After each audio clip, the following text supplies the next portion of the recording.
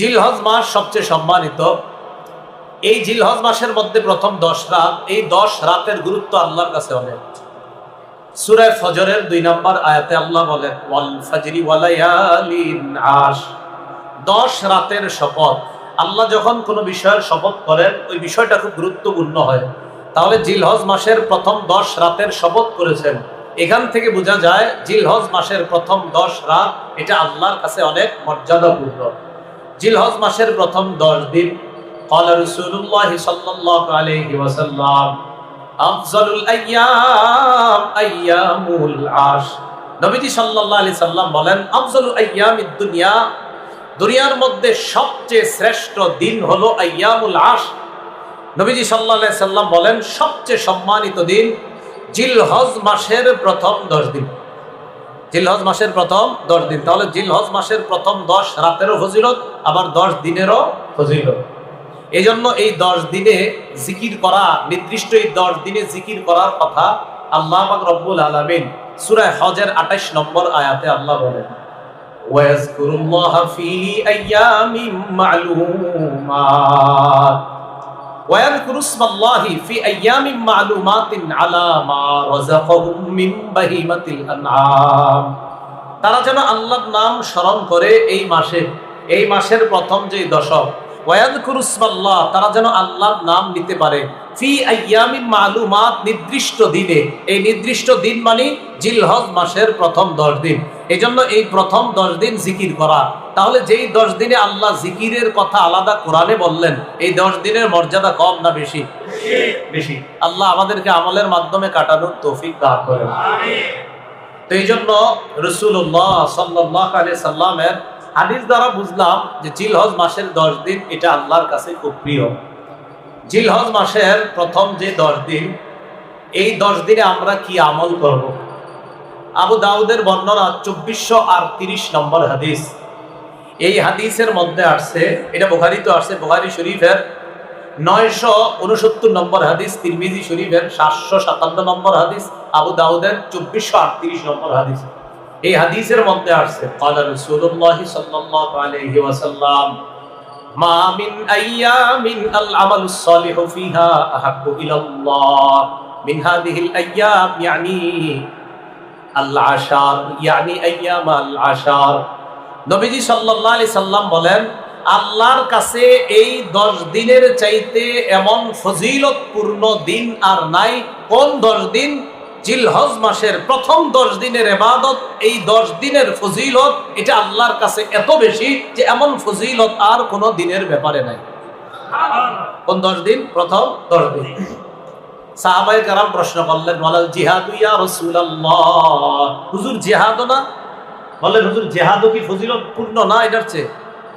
ফাকালা রাসূলুল্লাহ সাল্লাল্লাহু আলাইহি ওয়াসাল্লাম, লা ওয়ালাল জিহাদু ফি সাবিলিল্লাহ, না, জিহাদও এটার চাইতে ফজিলতপূর্ণ না।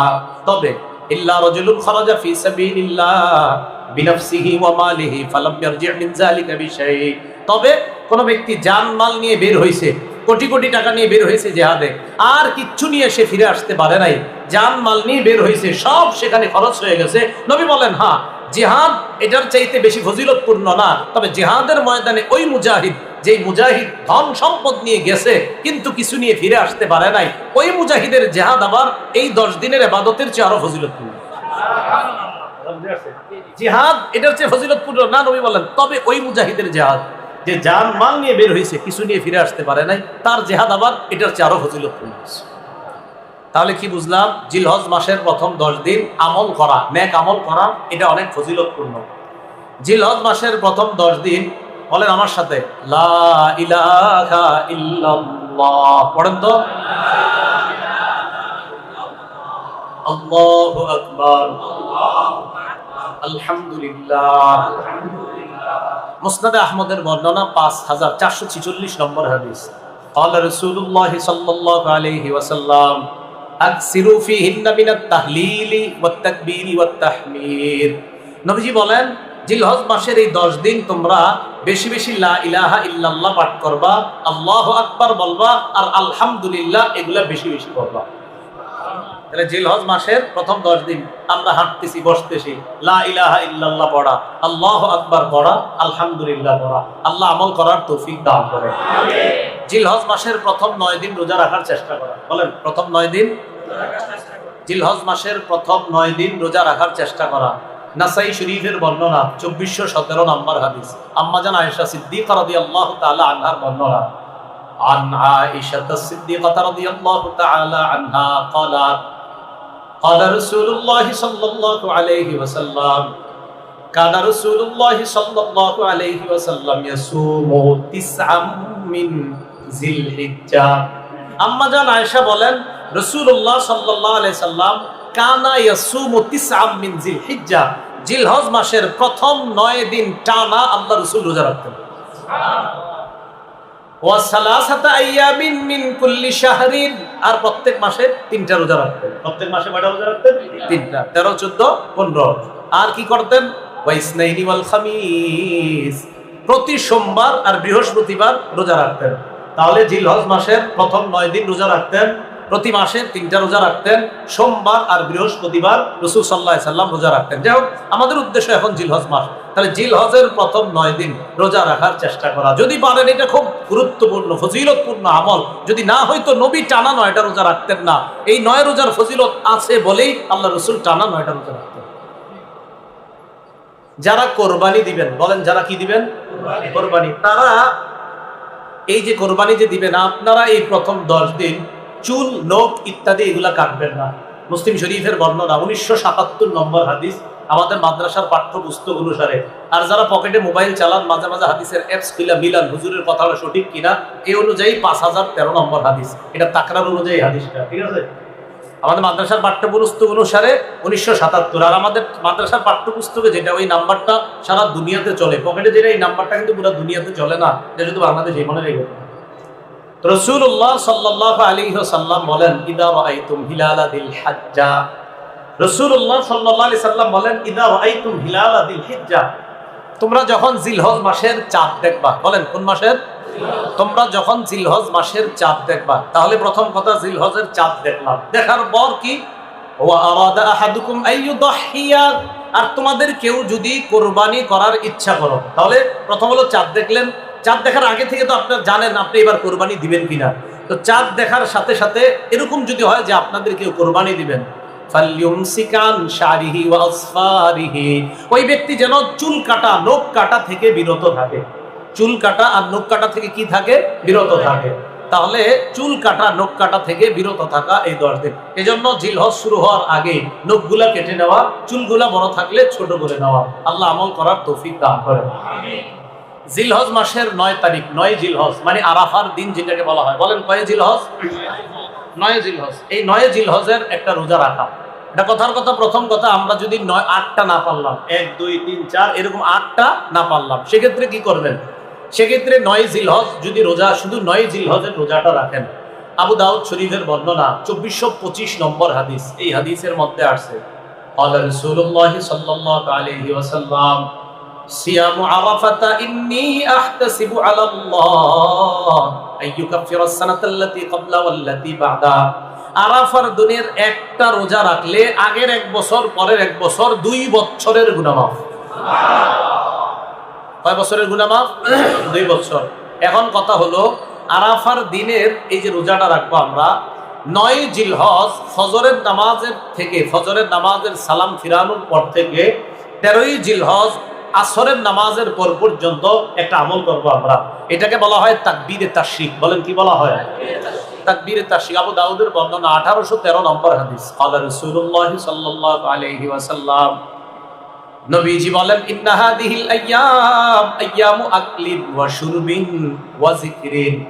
নবী বলেন, এই দিনগুলা হলো খাওয়ার দিন, পান করার দিন, জিকির করার দিন। এই দিনগুলা খাওয়ার দিন, পান করার দিন, আর হলো জিকিরের দিন। তাহলে এই দিনে আমরা খাবো, পান করব, জিকির করব, এটা নবীজি সাল্লাল্লাহু আলাইহি সাল্লাম আমাদেরকে জানায়া দিলেন।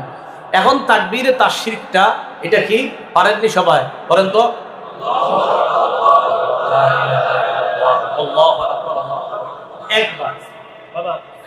একবার পুরুষরা একবার মোটামুটি আওয়াজে মসজিদে, নারীরা একদম হালকা আওয়াজে একবার। বাবা একবার, মনে থাকবি নি?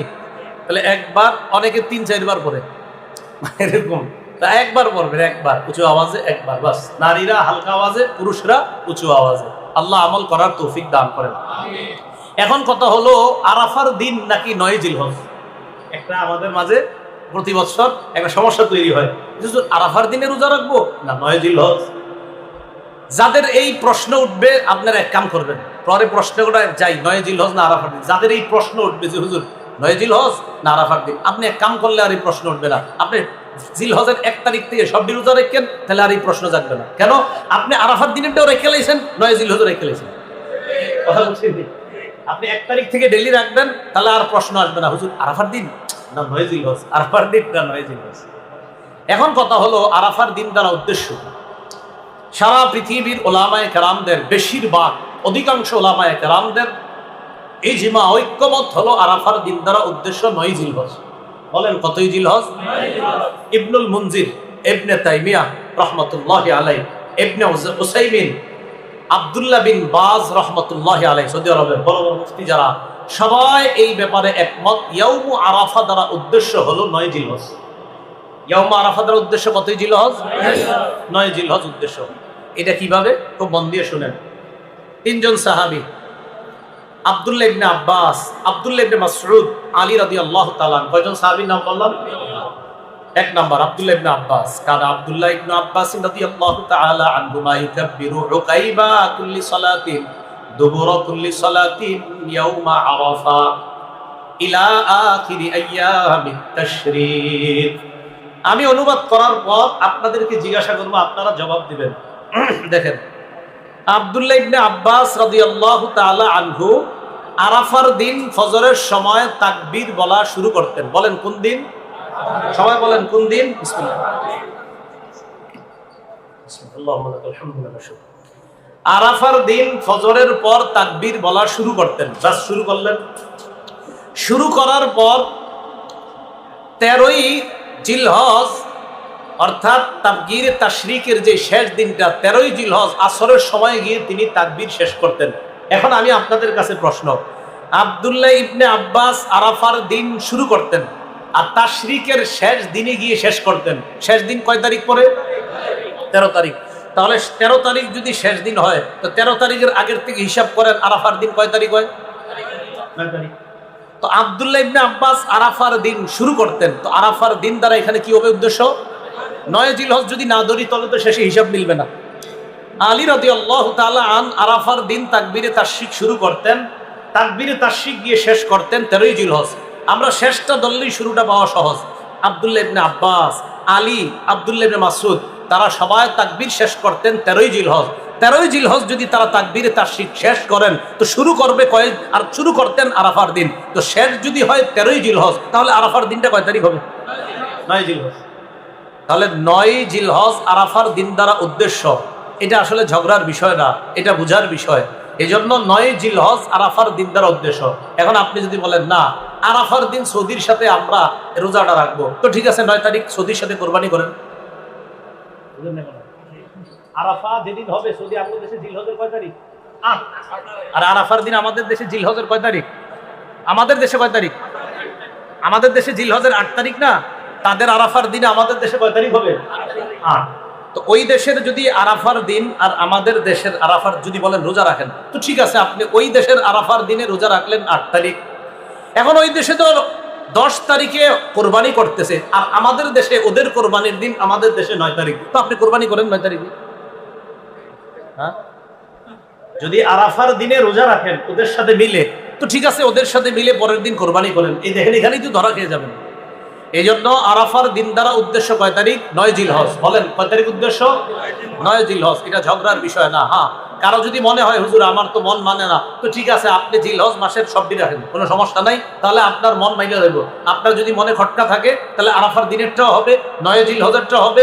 এই 9 দিন রোজা রাখার যে ফজিলত, এটাও পেয়ে যাবেন। আল্লাহ আমাদের সকলকে ঝগড়ামুক্ত ভাবে এই 9 জিলহজ তথা এই প্রথম 9-10 দিনের আমলগুলা আমরা যেন সুন্নাহ মোতাবেক করতে পারি, আল্লাহ তৌফিক দান করুন। এবার আসেন, জিলহজ মাসের ইব্রাহিম আলাইহিস সালাতু ওয়াস সালামের ঈমান এবং ইব্রাহিম আলাইহিস সালাতু ওয়াস সালামের যে সমর্পণ ত্যাগ, আল্লাহর কাছে নিজের আত্মসমর্পণ করা, এই আত্মসমর্পণ করার উজ্জীবিত হওয়ার মাস হলো জিলহজ মাস। ইব্রাহিম আলাইহিস সালাতু ওয়াস সালাম আর তার সাথে ঈমানদার যারা, তাদের ঈমান কেমন? সূরা মুমতাহিনা 28 নম্বর পারায় এই সূরার 4 নম্বর আয়াতে আল্লাহ বলেন, ক্বাদ কানাত লাকুম উসওয়াতুন হাসানাতুন ফি ইব্রাহিম ওয়াল্লাযীনা মাআ। ইব্রাহিম আলাইহিস সালাতু ওয়াস সালাম এবং তার সাথে যারা ঈমানদার, এই ঈমানদার এবং ইব্রাহিম নবীর মাঝে তোমাদের জন্য উত্তম আদর্শ রয়েছে। ইয ক্বালু লিকাওমিহিম ইন্না বুরাআউ মিনকুম ওয়া মিম্মা তা'বুদুনা মিন দুনিল্লাহ। তারা যখন তাদের সম্প্রদায়কে বলল, আমরা তোমাদের থেকে মুক্ত, আর তোমরা আল্লাহ ছাড়া যাদের ইবাদত করো তাদের থেকে মুক্ত। কাফারনা বিকুম ওয়া বাদা বাইনানা ওয়া বাইনাকুমুল আদাওয়াতু ওয়াল বাগদাউ আবাদান হাত্তা তুমিনু বিল্লাহি ওয়াহদা। আমরা তোমাদেরকে অস্বীকার করলাম, তোমাদেরকে অস্বীকার করলাম মানে তোমাদের আকীদা বিশ্বাসকে আমরা অস্বীকার করি, কারণ তোমরা আল্লাহ ছাড়া অন্যের ইবাদত করো। তোমরা যে আল্লাহ ছাড়া অন্যের ইবাদত করো, এই ইবাদতটা যে তোমরা করো, এই ইবাদত তোমরা যে করো, এটাকে আমরা অস্বীকার করি, এটা আমরা মানি না। বাদা বাইনানা ওয়া বাইনাকুমুল আদাওয়াতু ওয়াল বাগদা, আমাদের মাঝে আর তোমাদের মাঝে শত্রুতা এবং বিদ্বেষ স্পষ্ট হয়ে গিয়েছে। হাত্তা তুমিনু বিল্লাহি ওয়াহদা, যতক্ষণ তোমরা আল্লাহর উপর ঈমান না আনবা, ততক্ষণ আমাদের মাঝে আর তোমাদের মাঝে শত্রুতা থাকবে, বিদ্বেষ থাকবে। এখন আসেন, এই আয়াত থেকে আমাদের শিক্ষা কি? এই আয়াত থেকে শিক্ষা হলো, আল্লাহর জন্য কাউকে মহব্বত করা এটাও জায়েজ, আল্লাহর জন্য কাউকে ঘৃণা করা এটাও জায়েজ। না হয় ইব্রাহিম নবীর সাথে ঈমানদাররা বলতেছে, আমরা তোমাদেরকে প্রত্যাখ্যান করি, কারণ তোমাদের বিশ্বাস ঠিক নাই, তোমাদের মাঝে আর আমাদের মাঝে শত্রুতা চিরকাল থাকবে যতক্ষণ ঈমান না আনবা। সহিহ আবু দাউদের বর্ণনা 4681 নম্বর হাদিসের মধ্যে রাসূলুল্লাহ সাল্লাল্লাহু আলাইহি সাল্লাম বলেন, মান আহাব্বা লিল্লাহ ওয়া আবগাযা লিল্লাহি ওয়া আতা লিল্লাহ ওয়া মানাআ লিল্লাহ। যে ব্যক্তি আল্লাহর জন্য কাউকে মহব্বত করে, আল্লাহর জন্য কাউকে ঘৃণা করে, আল্লাহর জন্য কাউকে দান করে, আল্লাহর জন্য কাউকে দান না করে। আবার বলছি, যে ব্যক্তি আল্লাহর জন্য কাউকে মহব্বত করে, আল্লাহর জন্য কাউকে ঘৃণা করে, আল্লাহর জন্য কাউকে দান করে, আল্লাহর জন্য কাউকে দান না করে, ফাকাদ ইসতাকমালাল ঈমান, ওই ব্যক্তি ঈমান পরিপূর্ণ করলো। তাহলে ঈমান পরিপূর্ণ কোন ব্যক্তির? যে ব্যক্তি আল্লাহর জন্য কাউকে মহব্বত করে, আল্লাহর জন্য কাউকে ঘৃণা করে, আল্লাহর জন্য কাউকে দান করে, আল্লাহর জন্য কাউকে দান না করে। আপনাদের কাছে এসে একদল দান চাইলো, গানের অনুষ্ঠান করবে, এখানে দান না করাটা কারে খুশি করার জন্য? আপনাদের কাছে কেউ আসলো, আয়েশা বলল 3 জন এতিমকে সহযোগিতা করব, দান চাইলো, এখানে দান করবেন কারে খুশি করার জন্য? তাহলে এখানে দিলেন আল্লাহরে খুশি করার জন্য, আবার দিলেন না আল্লাহরে খুশি করার জন্য। নবী বলেন এটাই পরিপূর্ণ ঈমানের আলামত। সূরা তাওবার 36 নম্বর আয়াতে আল্লাহ পাক রব্বুল আলামিন বলেন, ইন্না ইদ্দাতাশ শুহুরি ইনদাল্লাহি 12 শাহরান ফি কিতাবিল্লাহ ইয়াওমা খালাকাস সামাওয়াতি ওয়াল আরদ। আল্লাহ যেদিন আসমান জমিন সৃষ্টি করেছেন, সেদিন থেকে আল্লাহর বিধান মতে মাসসমূহের গণনা আল্লাহর কাছে 12 মাস। মাসসমূহের গণনা আল্লাহর কাছে কয় মাস? মিনহা আরবাআতুন হুরুম। এই 12 মাসের মধ্যে 4টি মাস সম্মানিত মাস।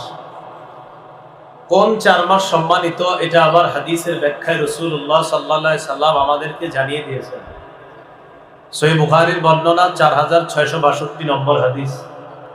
قال رسول الله صلى الله عليه وسلم إن الزمان قد استدار كهيئته يوم خلق الله السماوات والأرض।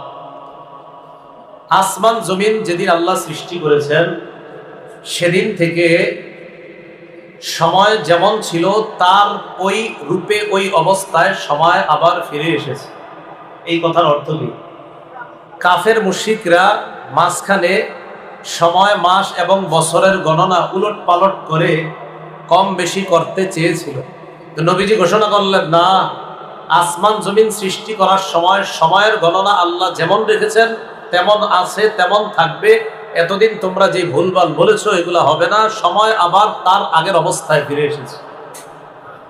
মিনহা আরবাআতুন হুরুম, নবীজি সাল্লাল্লাহু আলাইহি সাল্লাম বলেন as-sanatu isna ashara shahra, বছর হয় 12 মাসে। মিনহা আরবাআতুন হুরুম, এর মধ্যে 4টি মাস সম্মানিত। সালাসুন মুতাওয়ালিয়াত, 3টি মাস ধারাবাহিকভাবে।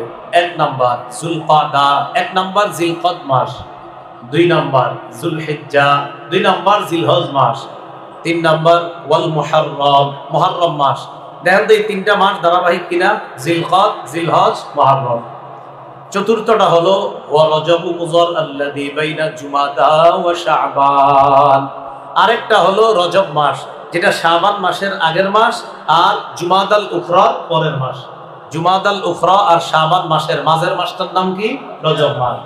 এই 4 মাস সম্মানিত। তাহলে আল্লাহ কোরআনে বললেন 4 মাস সম্মানিত, নবী হাদিসে ব্যাখ্যা দিয়ে বুঝিয়ে দিলেন কোন 4 মাস। তো বলেন তো কোরআন বোঝার জন্য হাদিস লাগবে না? এটাই তো বোঝা যায়। এখন কথা হলো যে 4 মাস সম্মানিত, এই 4 মাসের মাঝে আবার সবচেয়ে বেশি সম্মানিত জিলহজ মাস। সম্মানিত কয় মাস? 4 মাস। কয় মাস? এই 4 মাসের মাঝে আবার সবচেয়ে সম্মানিত জিলহজ মাস। এটা আবার নবীজি সাল্লাল্লাহু আলাইহি সাল্লামের আরেকটা হাদিস থেকে জানা যায়, ইবনে মাজাহ হাদিস নাম্বার 3931 নম্বর হাদিস, 3931। قال رسول الله صلى الله عليه وسلم, রাসূলুল্লাহ সাল্লাল্লাহু আলাইহি ওয়াসাল্লাম বলেন, বিদায় হজের দিন ভাষণের মধ্যে নবীজি বলেন, আলা ইন্না আহরামাল আইয়ামি ইয়াউমুকুম হাদা, শোনো তোমরা, দিনসমূহের মাঝে সবচেয়ে সম্মানিত দিন হলো আজকের দিন, মানে জিলহজ মাসের 10 তারিখ, যে দিনটা কুরবানির দিন। আলা ওয়া ইন্না আহরামাশ শুহুরি শাহরুকুম হাদা, শোনো, মাসসমূহের মধ্যে সবচেয়ে সম্মানিত পবিত্র মাস হলো জিলহজ মাস। বলেন মাসের মধ্যে সবচেয়ে পবিত্র মাস কোন মাস? পবিত্র মাস, সবচেয়ে পবিত্র মাস মোট কয়টা? এর মাঝে আরো সবচেয়ে পবিত্র কোনটা? তো নবীজি বিদায় হজে বলে বসলেন, আলা ওয়া ইন্না আহরামাশ শুহুরি শাহরুকুম হাযা, তোমাদের মাসসমূহের মাঝে সবচেয়ে সম্মানিত মাস এই মাসটা, মানে জিলহজ মাস। আলা ওয়া ইন্না আহরামাল বালাদি বালাদুকুম হাযা, সবচেয়ে সম্মানিত শহর হলো এই শহর তথা পবিত্র শহর মক্কা। এরপর নবীজি বলেন, আলা ইন্না দিমাআকুম ওয়া আমওয়ালাকুম আলাইকুম হারামুন কাহুরমাতি ইয়াউমিকুম হাদা ফি হাদাশ শাহরি ফি হাদাল বালাদ। নবীজি বলেন, পবিত্র শহর মক্কায় পবিত্র মাস জিলহজ মাসে, পবিত্র দিন জিলহজের 10 তারিখ। পবিত্র শহর মক্কা, পবিত্র মাস জিলহজ, আর পবিত্র দিন 10 তারিখ, এগুলা যেমন পবিত্র, আমি নবী, তোমরা মুসলমানরা একজন আরেকজনের কাছে তোমাদের রক্ত এবং তোমাদের সম্পদ তেমন পবিত্র বলে, সম্মানিত বলে ঘোষণা করলাম। আমাদের এই হাদিস দ্বারা উদ্দেশ্য, সবচেয়ে সম্মানিত মাস 4টা, আর এই 4টার মাঝে আবার সবচেয়ে সম্মানিত জিলহজ মাস।